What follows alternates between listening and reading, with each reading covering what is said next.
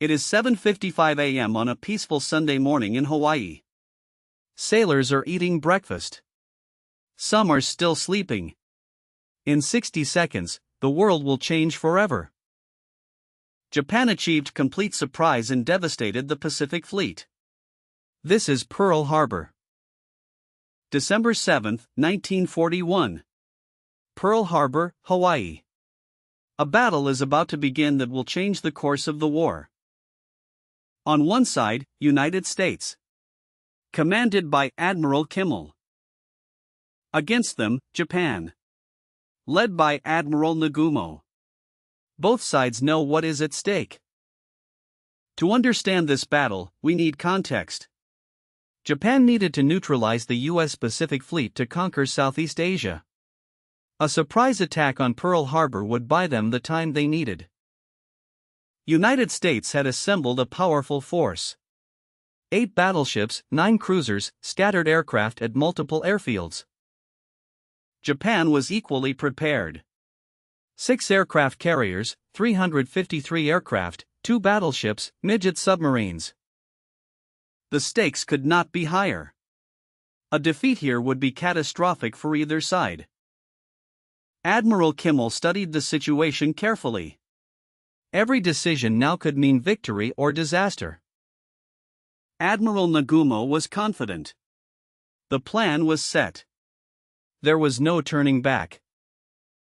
The men on both sides knew that many of them would not survive what was coming. 4 months, Japan had been planning in absolute secrecy. Commander Mitsuo Fukita would lead 353 aircraft against the unsuspecting American fleet. 6 aircraft carriers sailed from Hitokapa Bay on November 26. They maintained complete radio silence across 4,000 miles of empty ocean. The Americans had broken Japan's diplomatic code. They knew war was coming. But they did not know where or when the blow would fall. At 6 a.m. on December 7, the first wave of 183 Japanese aircraft launched from the carriers. Fighters, dive bombers, torpedo bombers filled the sky. Commander Fukita saw the harbor through the clouds. The entire Pacific Fleet was lined up along Battleship Row. He could not believe his luck. At 7:49 a.m., Fukita radioed the attack signal, Tora Tora Tora. Tiger Tiger Tiger. Total surprise achieved. The first bombs fell on Ford Island. Within seconds, torpedo bombers were skimming the water toward Battleship Row. USS Oklahoma was hit by 5 torpedoes in rapid succession. She rolled over completely, trapping over 400 men inside. USS Arizona took a bomb directly into her forward magazine. The explosion killed 1,177 men in an instant. She sank in 9 minutes. Across the harbor, ships burned and sank. Oil fires spread across the water. Sailors swam through burning fuel. Japanese planes strafed the airfields, destroying planes on the ground before they could take off. America's air defense was wiped out in minutes. A second wave of 167 aircraft arrived an hour later. They hit the harbor again while it was still burning from the first attack. Some American pilots managed to get airborne.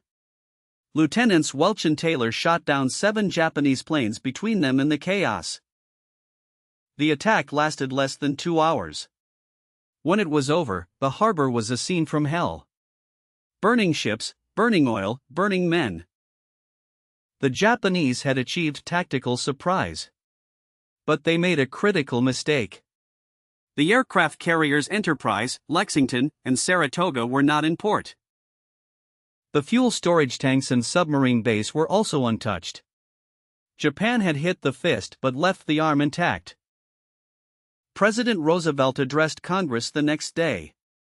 He called it a date which will live in infamy. America declared war within hours. The attack united America like nothing else could have. Recruitment offices were overwhelmed. The sleeping giant had been awakened. Japan had sunk or damaged 8 battleships and destroyed 188 aircraft. 2,403 Americans were killed and 1,178 wounded.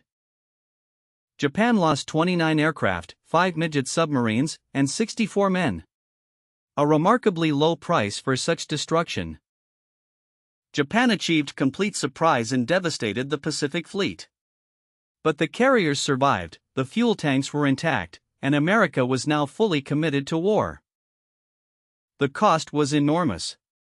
United States lost 2,403 killed, 1,178 wounded, 8 battleships sunk or damaged, 188 aircraft destroyed. Japan suffered even more. 64 killed, 29 aircraft lost, 5 midget submarines lost. When the news reached the capitals, the world understood that the war had changed. For the soldiers who survived, this battle would haunt them for the rest of their lives.